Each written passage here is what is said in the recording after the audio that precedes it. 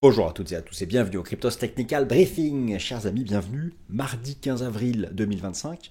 J'espère que vous allez bien. Vous êtes peut-être certains en vacances et vous vous posez une question essentielle, existentielle. Je déconne.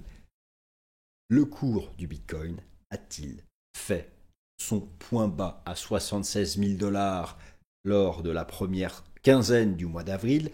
L'indice S&P 500 a-t-il fait son point bas à 4800 points? Quasiment un peu plus. C'était d'ailleurs le record de 2021 qu'on a retest, quasiment au dollar près, au point près.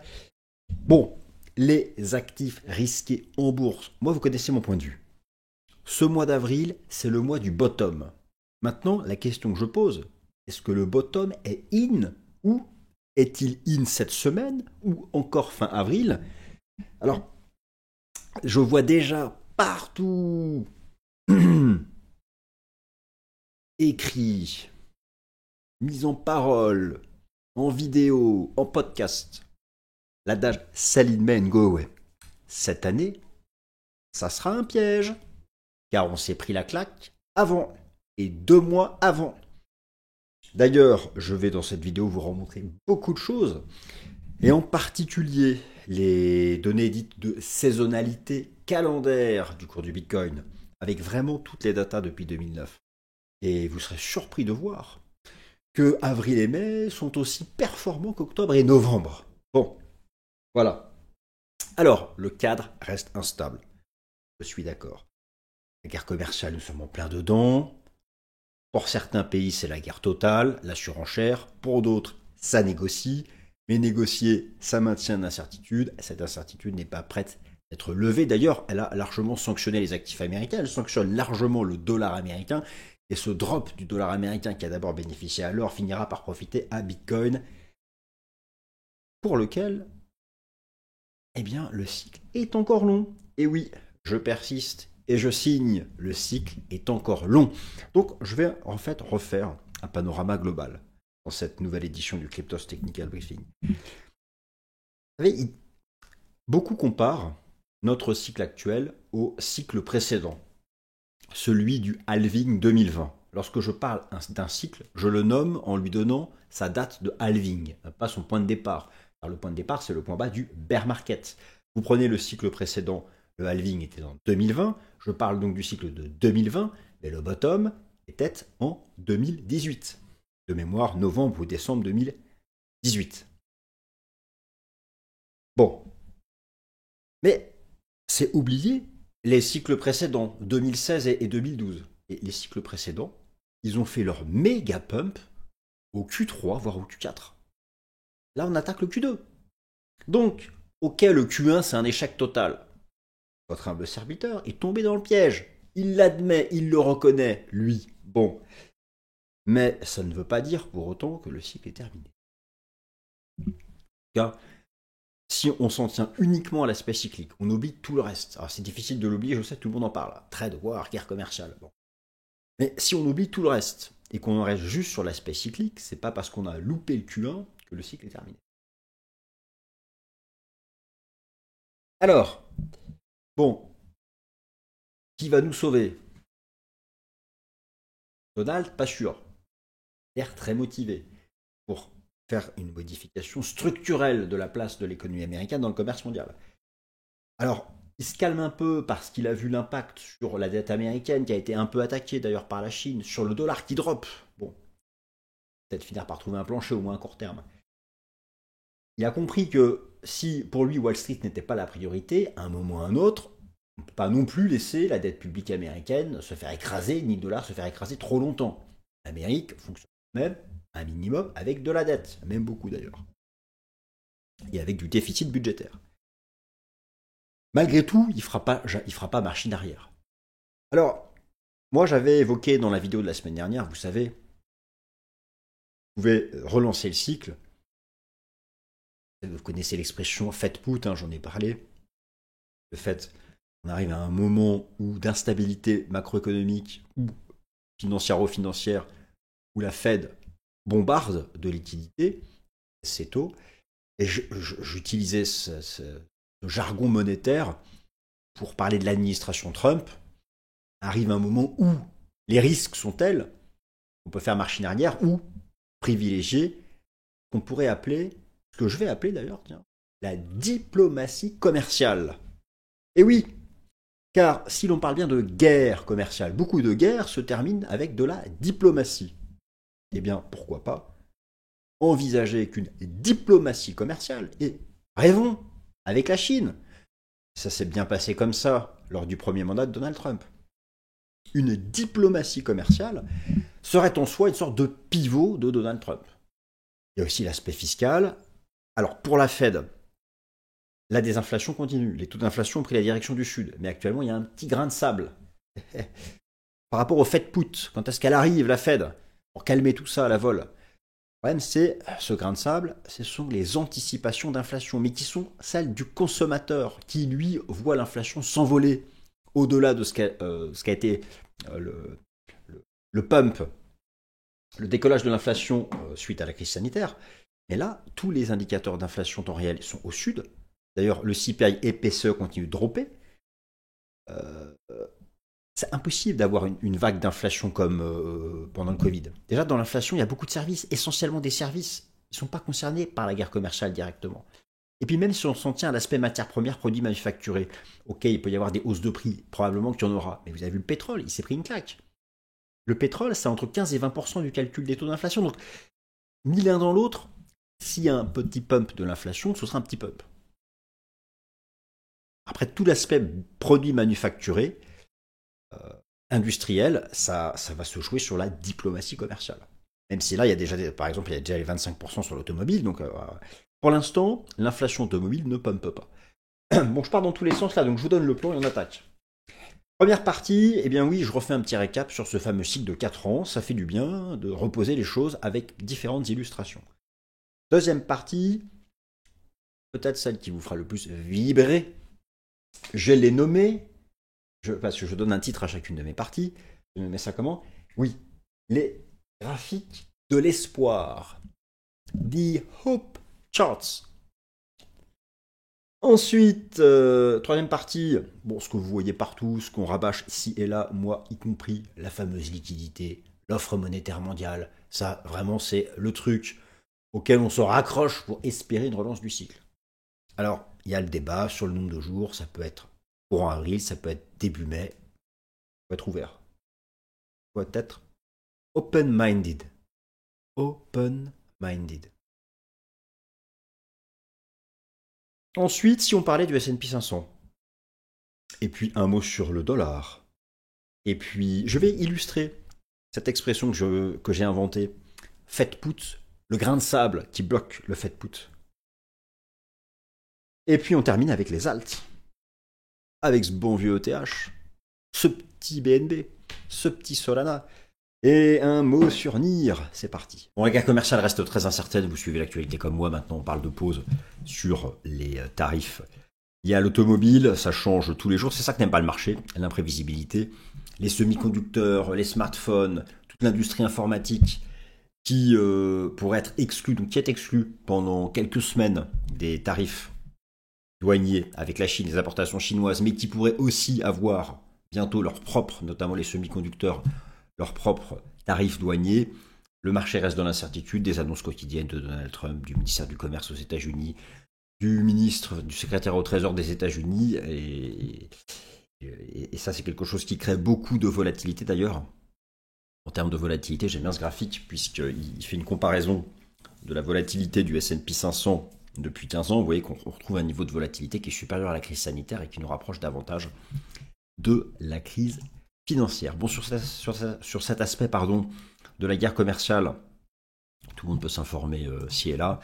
Ce que je peux simplement vous dire, c'est que le grain de sable en fait qui gêne la Réserve fédérale des États-Unis pour qu'elle puisse engager une reprise de la baisse du taux d'intérêt de ces fonds fédéraux, ce sont les perspectives d'inflation. Pourtant, en termes d'inflation, l'inflation a bien repris la direction du Sud. L'inflation a repris la direction du Sud, que ce soit selon le PCE, que ce soit selon le CPI. Vous avez ici le CPI global, ici le CPI sous-jacent qui lui-même est tombé à 2,8. Les indicateurs d'inflation temps réel sont aussi très bas. Mais vous avez ici les anticipations d'inflation des consommateurs selon l'Université du Michigan. Regardez-moi ce pump à 6,2%, au-delà de ce que fut à l'époque l'accélération de la crise sanitaire. Mais il faut bien savoir, c'est que non seulement les services sont exclus de la guerre commerciale, ça représente l'essentiel du calcul des taux d'inflation, et puis là, ce ne sont que des anticipations. Et nous ne savons pas encore comment... Déjà, est-ce que les tarifs douaniers vont être appliqués ou pas? Il y a des accords commerciaux en cours de négociation. Ensuite, s'ils le sont vraiment, est-ce que les entreprises vont répercuter ça dans leur marge ou dans leur prix? Bon, enfin voilà, beaucoup d'incertitudes sur cet aspect-là.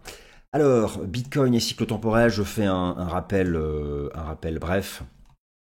Le cycle de 4 ans est loin d'être terminé. Ce cycle de 4 ans qui nous envoie en fin d'année, c'est toujours bon de faire un rappel. Beaucoup en fait, le stress principal est venu du fait que le marché, un autre graphique que j'aime bien montrer de temps en temps, pour rappeler d'ici, donc un graphique qui compare notre cycle actuel en noir, le cycle de 2020, donc je donne la date du halving, quand je dis 2020 en jaune et 2016 en bleu. Et effectivement, il y a, si vous voyez exploser partout les vidéos comme quoi nous serions en bear market, eh bien c'est parce qu'en fait nous n'avons pas profité de ce premier trimestre qui avait été favorable, notamment sur le cycle précédent. Mais si vous prenez d'ailleurs l'exemple des cycles passés, alors déjà, on termine toujours un cycle à la fin de l'année qui suit le halving, donc ça nous emmène toujours en fin d'année. Et d'autre part, si vous prenez les cycles précédents, je vais vous montrer ici quelques exemples. Je vais passer en échelle logarithmique. Donc ça, c'était notre cycle. Le cycle précédent, le cycle de 2016, regardez comme l'essentiel du pump a été fait au Q4. Le marché est passé de 3 600 $ à 20 000 $ à partir de septembre-octobre.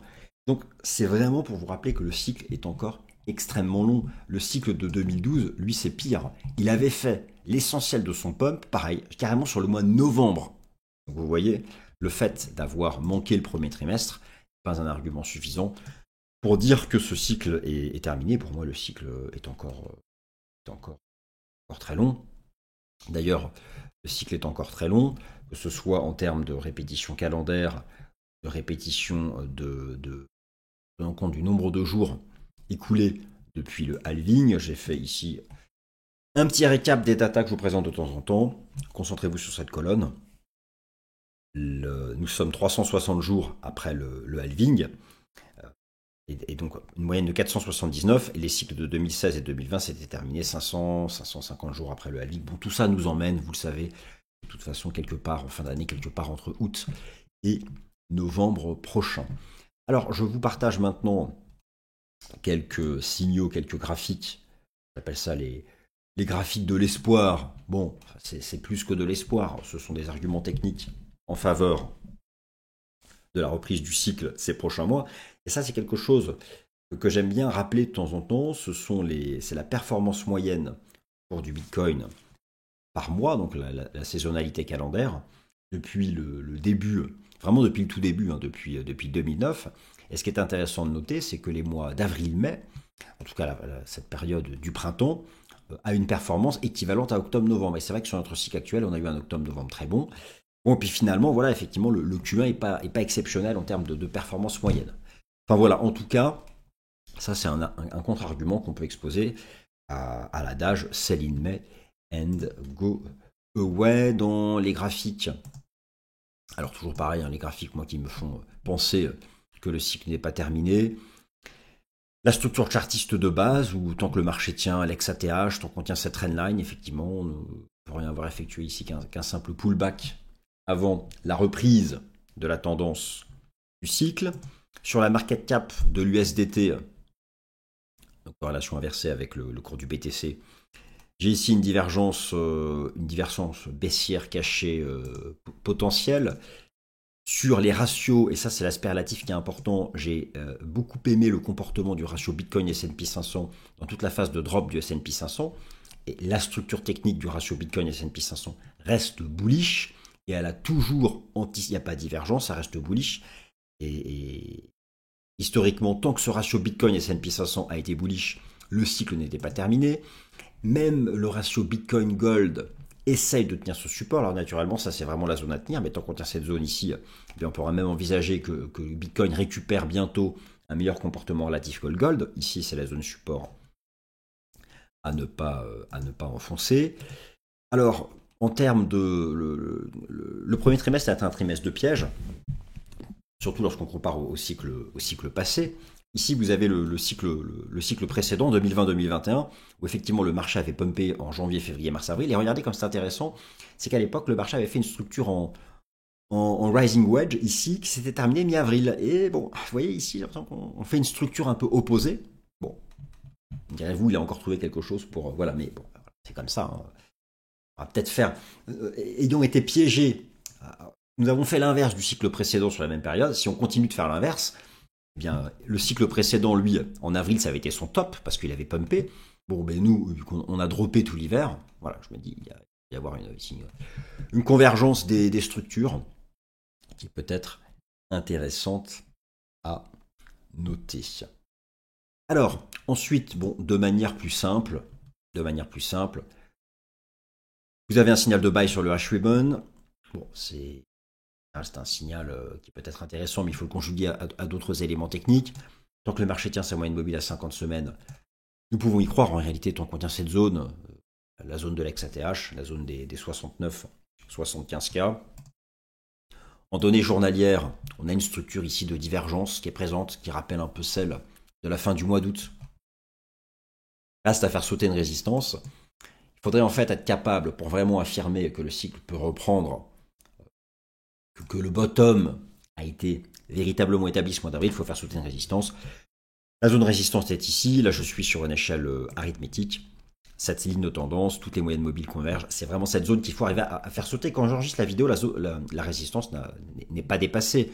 Ce serait réaliser un cours de clôture au-dessus des 86-88K pour vraiment pouvoir se mettre à l'abri. Bon, pour l'instant, ce n'est pas le cas. La liquidité, ça c'est quelque chose sur lequel, mais vous voyez ça un peu partout, ce que vous ne voyez pas en fait, c'est deux choses. Déjà, comprendre ce qui se cache dans ce nouveau record historique de l'offre mondiale, de l'offre monétaire mondiale. Ça, je vous l'ai expliqué à plusieurs reprises. Et jusqu'à présent, c'était beaucoup le drop du dollar, c'est encore le cas, le M2 chinois. Il faut savoir que le M2 américain est en train de repartir en hausse. Ça commence alors, à réimprimer du côté de la Fed, non.